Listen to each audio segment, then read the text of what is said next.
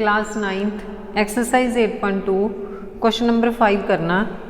तो question number 5 की statement है, in a parallelogram A B C D E and F are the mid points of sides A B and C D respectively, show that the line segment A F and E C trisect the diagonal B D.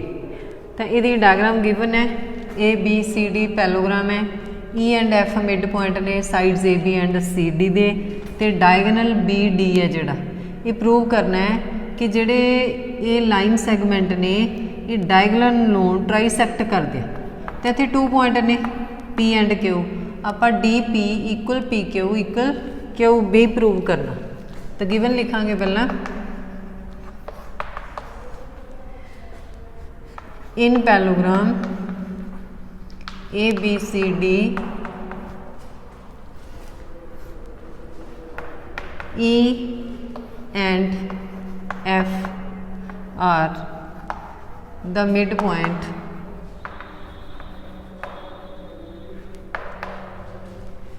Of sides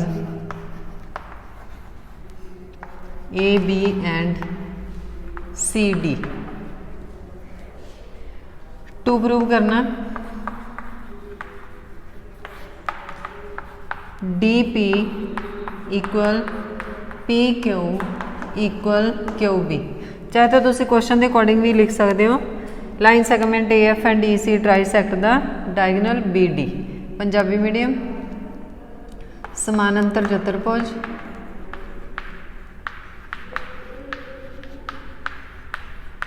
A B C D विच ई अते F भुजावां A B अते सी D दे मध्य बिंदु हैं। To proof same लिखना, तो proof लिखते हैं आप,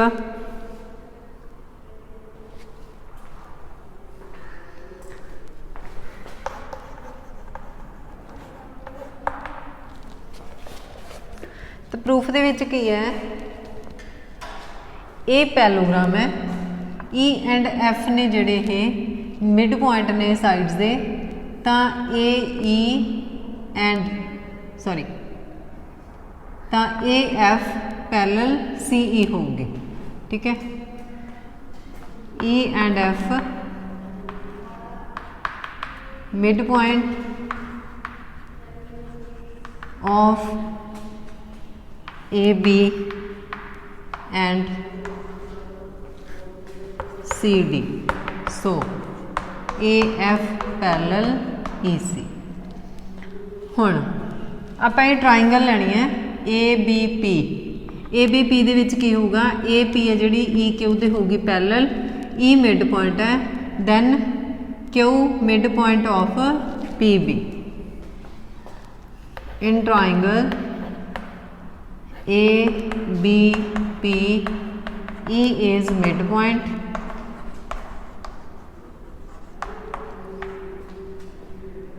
ई Q parallel A P, so Q is mid point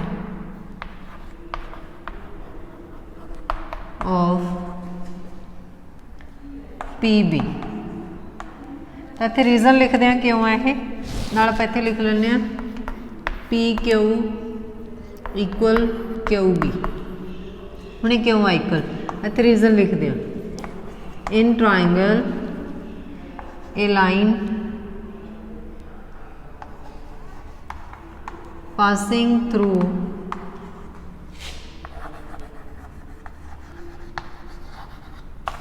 midpoint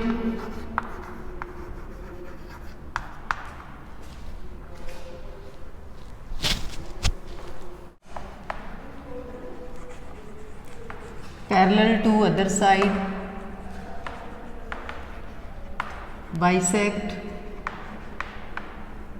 the third side. Punjabi medium त्रिकोण विच एक भुजा दे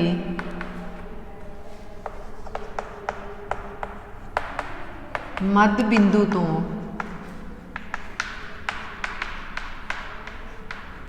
लंघण वाला रेखाखंड जो दूजी भुजा दे समानांतर हुंदा है तीसरी भुजा नूं समदुभाजित करता है।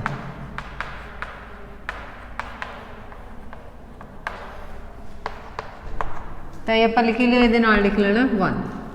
हुण सेम आप दूसरी साइड ट्राइंगल लैनी है। दूसरी साइड किहड़ी triangle DQC। In triangle DQC F is midpoint,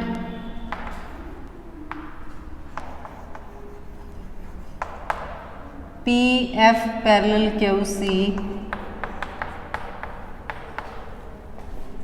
so P is midpoint of DQ। Reason same लिखना, इसलिए दोबारा रीजन लिखने की जरूरत नहीं है। DP इक्वल PQ, इनू लिखांगे 2 फ्रॉम 1 एंड 2। 1 दे विच की है देखो PQ equal QB, DP equal PQ, PQ QB दे इक्वल है, PQ DP दे इक्वल है, hence PQ equal QB equal DP, hence proved. यही प्रूव करना। तो इत्थे नाल आपां लाइन भी लिख सकते हैं, the line segment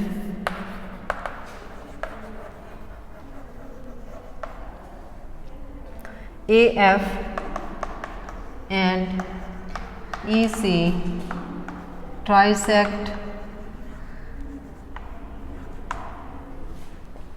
the diagonal BD। रेखाखंड AF अते EC विकर्ण BD नूं 3 समान भागां विच वंडदे हैं। तो यह सीगा question number 5। No 6th question,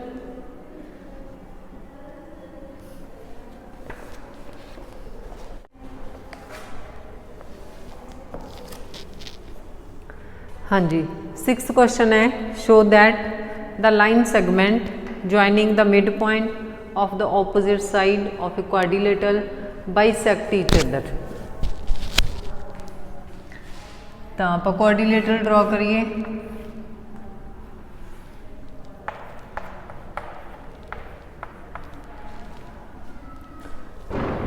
तो इन्हां दे मिड पॉइंट लिखे ही होया, द मिड पॉइंट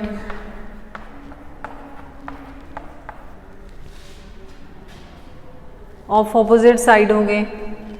तो इन्होंने जिहड़े ज्वाइन करने वाले लाइन सैगमेंट ने ये बाइसेक्ट टू ईच अदर कर दिया। तो आप की करना, इन्हों ज्वाइन कर लेना। ज्वाइन किया ABCD एक क्वाड्रिलेटरल बन गई। तो फर्स्ट इत्थे EFGH लिख लेना।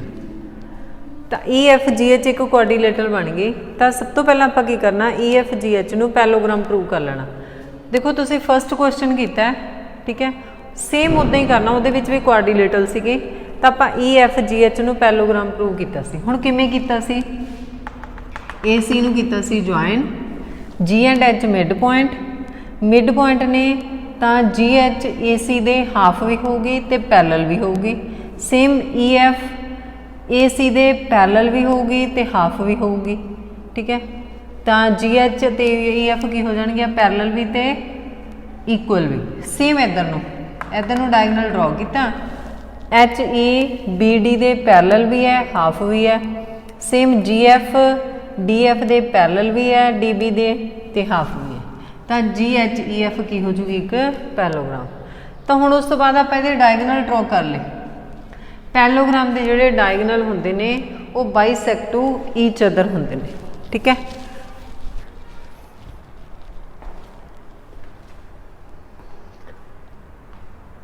हुण जे आपां नूं ट्रायंगल लैके कॉन्ग्रेंट भी करांगे ना, तो भी देखो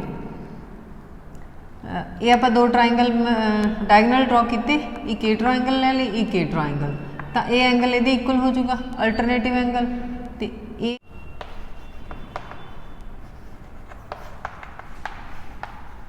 इन quadrilateral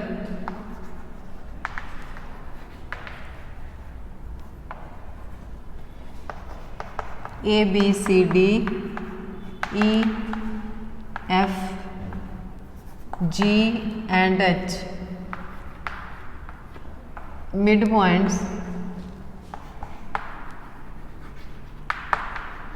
of sides AB, BC, CD and DA। तो मिड पॉइंट ने तो पंजाबी मीडियम ते लिख लेने चतुर्भुज ए बी सी डी विच ई एफ जी अते एच भुजावां A B B C D अते डी ए दे मध्य बिंदु हैं। टू प्रूव की है ना, show that the line segment joining the mid point of opposite side of a quadrilateral bisect each other, भी इत्थे ये बाइसैक्ट करते हैं तो इत्थे ओ पॉइंट मार्क कर लेने, H O equal O F equal O E equal O G, O H equal O F O E equal G O, इत्थे एंड लिख देने आते प्रूफ। तो फस्ट तुसीं की करना, जिहड़ा तुहानूं मैं फस्ट क्वेश्चन दे विच कराया वो सारा सेम कर लेना।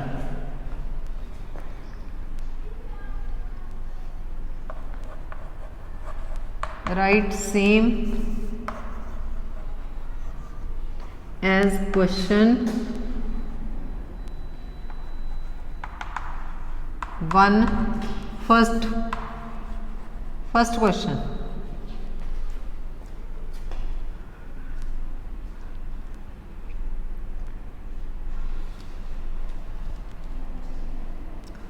तो इत्थे मैं सिंपल लिख दिनी लाइन, तुसीं सारा सोल्यूशन कर लेना। इन quadrilateral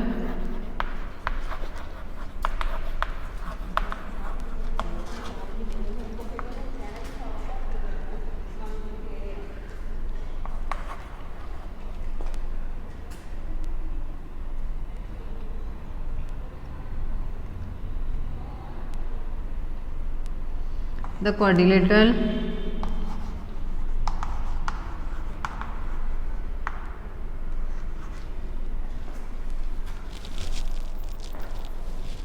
formed by joining the midpoints is a parallelogram। So E F G H is a parallelogram। Punjabi medium चतुर्भुज दियां भुजावां दे मध्य बिंदुआं नूं मिला के बनिया चतुर्भुज समानांतर चतुर्भुज हुंदा। सो हुण ये पैलोग्राम हो जूगी। तो हुण ये आपां जिहड़े ये वाले पार्ट ने इन्हां इक्वल प्रूव करना, ठीक है। तो आपां ये डायगनल ने जिहड़े ड्रॉ नहीं करते, क्योंकि ये जे आपां लाई रखे ना ये समझ नहीं लगना। तो हुण आपां की करना, ये जिहड़े डायगनल ने ये HOE ते GOF नूं कॉन्ग्रेंट कर लांगे in triangle GOF and HOE। इधरों आप GOF लिखिए तो इधरों EOH लिख लें, EOH।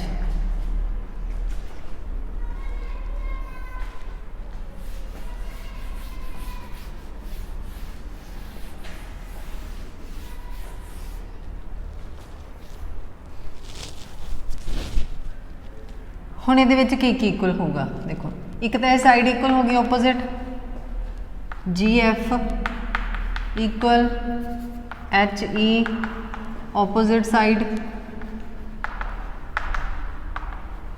ऑफ पैलोग्राम, समानांतर चतुर्भुज दी सन्मुख भुजा दियां सन्मुख भुजावां। दूसरा हुण ये पैलोग्राम है तो ये ट्रांसवर्सल हो गई, तो ये जिहड़ा एंगल है 1 ये इक्वल होगा, ठीक है। एंगल 1 तो इधर आप 2 लिखा हुआ G1 2 इक्वल एंगल 1, तो ये एंगल ये इक्वल है, तो ये वाला एंगल ये इक्वल होगा क्योंकि ये दोवें भी पैरेलल ने। इत्थे 3 4 एंगल 4 इक्वल 3, चाहे तो तुम इधर 1 2 लिख लो, इधर 3 4 लिख लो, तो भी कोई नहीं। अल्टरनेटिव एंगल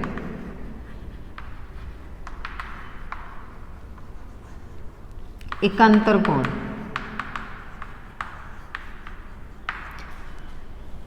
हुण एक अंतर कोण ने ते उन्हां दे बिटवीन साइड इक्वल है, then by ASA triangle H इत्थे O मार्क कर लेना, मार्क किया होया मैं इत्थे by ASA condition triangle GOF parallel triangle EOH, parallel नहीं कॉन्ग्रेंट।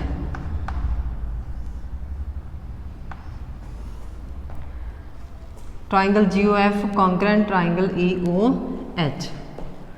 जे ट्राइंगल कॉन्ग्रेंट ने तो OE equal GO and HO equal OF by CPC।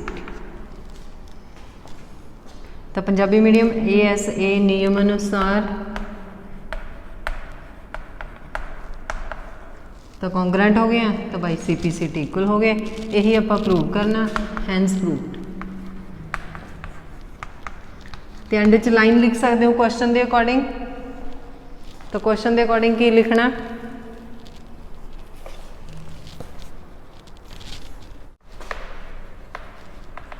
The line segment joining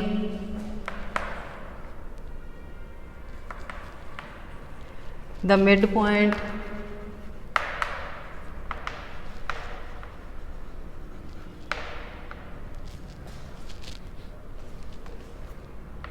of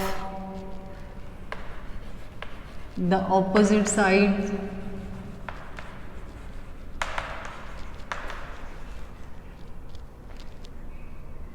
of quadrilateral of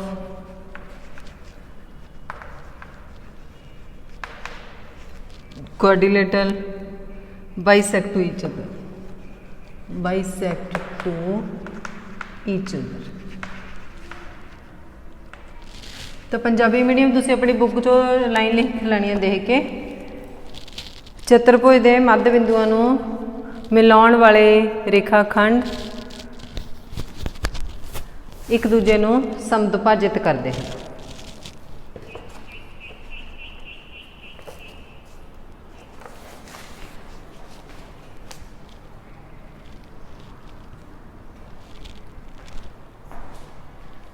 7th question है, triangle A B C is a right angle at C. आप नाल दी नाल diagram draw कर लेने। A B C right triangle है, right angle C, a line through the mid point M of hypotenuse A B. तो A B mid point, A B का mid point है, ये हाइपोटन्यूज है ए बी, तो यदा मिड पॉइंट है M. Intersect A C at D, तो इत्थे आप ए लिख लें, इत्थे बी, यदा मिड पॉइंट हो गया एम, तो ये तो एक लाइन पास है जिहड़ी ए सी नूं डी ते इंटरसैक्ट करती है। शो दैट 3 पॉइंट ने, D is mid point of A C, D A C का मिड पॉइंट प्रूव करना, M D perpendicular A C. देखो ये तो एंगल पहले ही राइट एंगल है, तो ये पैरल भी है, तो पैरल लाइन के इंटीरियर एंगल का सम होंदा 180 डिग्री, तो 180 चो 90 डिग्री माइनस करांगे तो भी आ जाओ 90, जो 90 है तो भी हो जाएगा perpendicular. Third, C M equal A M, C M, देखो ए एम तो बी एम तो पहले ही इक्वल ने, आप सी एम नू ए एम के इक्वल प्रूव करना है, वो आप दो ट्राइंगल नू कर देंगे कॉन्ग्रेंट। तो गिवन लिखते हैं क्वेश्चन दे विचों,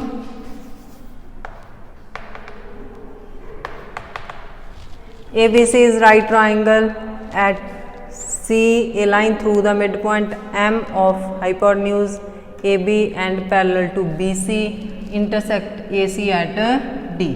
शो दैट की जगह पर आप लिख लांगे टू प्रूव।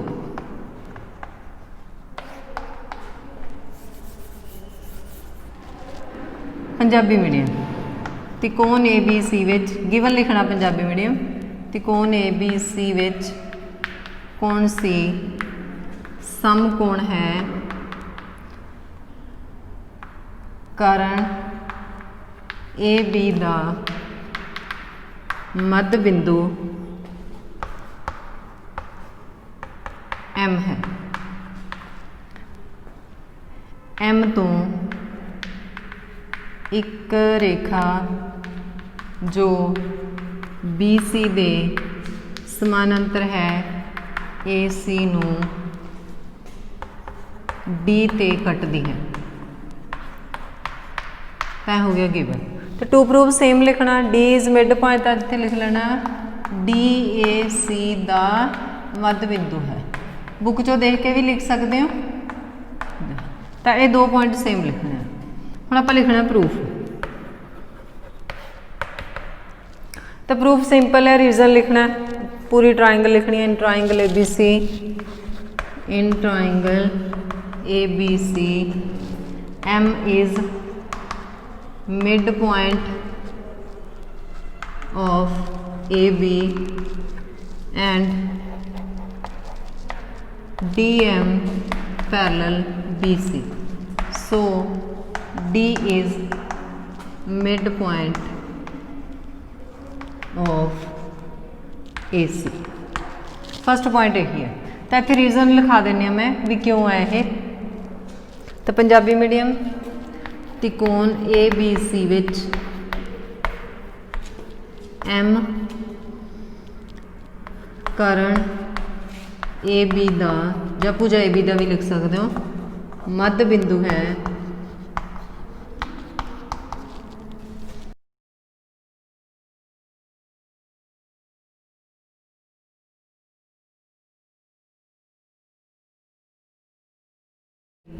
डी ए सी दा मध्य बिंदु है। तो इतने रीजन लिख लेना। In a triangle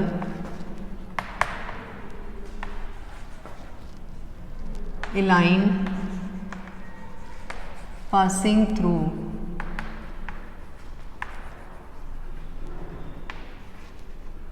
a midpoint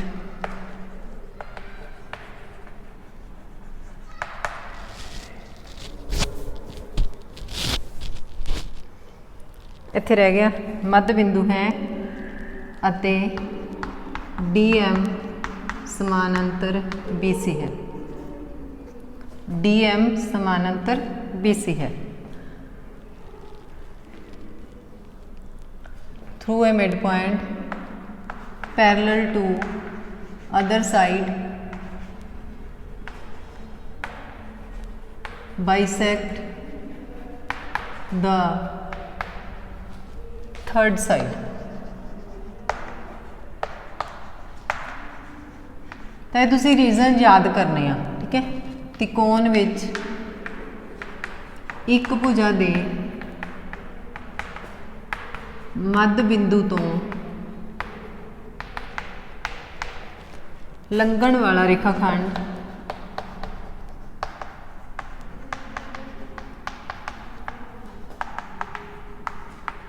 जो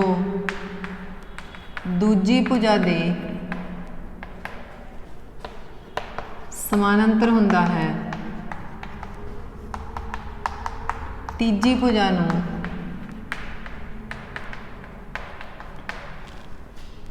समदुभाजित करता है।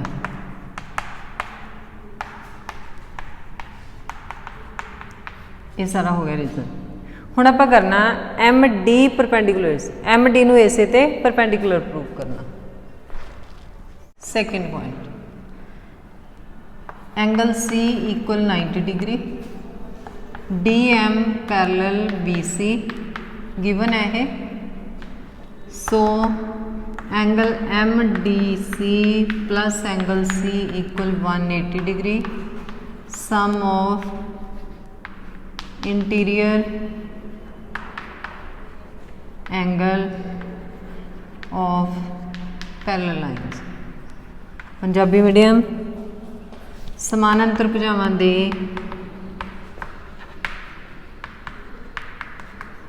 अंदरले कोणां दा जोड़।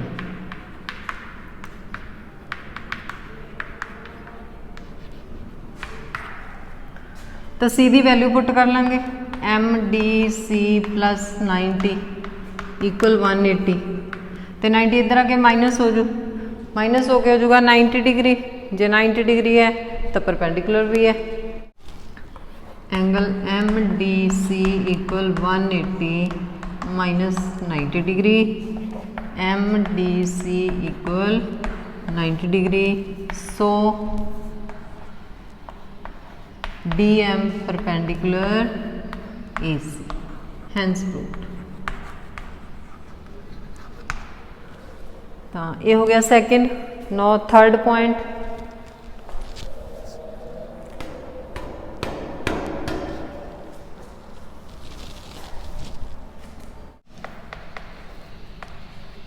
in triangle ADM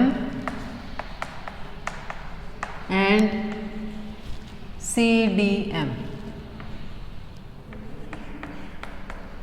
हुण इन्हां दे विच देखो, ये आपां ने मिड पॉइंट प्रूव किया, तो AD equal DC, AD equal DC, D is mid point, proved above, ऊपर सिद्ध किया। डी मध्य बिंदु है, ये होगी common, D M equal D M सांझी भुजा, तो English medium common side. Third, जे ए 90 डिग्री है तो यह भी 90 डिग्री होगा। Angle A D M equal M D C 90 degree. हुण देखो टू साइड इक्वल ने, जिहड़ियां साइड इक्वल ने उन्हां दे बिटवीन एंगल इक्वल आ by S A S condition.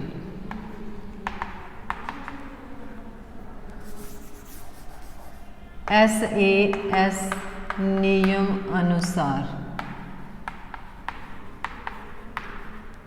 त्रिकोण A D M congruent triangle M D, A D M लिखा, इनू आप सी डी एम। तो जे हुण साइड्स ने जड़ियाँ वो ट्राइंगल जड़ियाँ कॉन्ग्रेंट ने, तो A M equal C M by C P C T, A M equal C M by C P C. हुण की करना आपां प्रूव करना A M equal C M half A B. तो एम मिड पॉइंट है, M is mid point of A B. So A M half A B जो mid point आता है तो हाफ होगा। हुण ए एम ते सी एम इक्वल ने, A M equal C M equal half A B, A M C M दोवें equal ने तो भी की होगी हाफ ए बी। यही प्रूव करना, हैंस प्रूव्ड।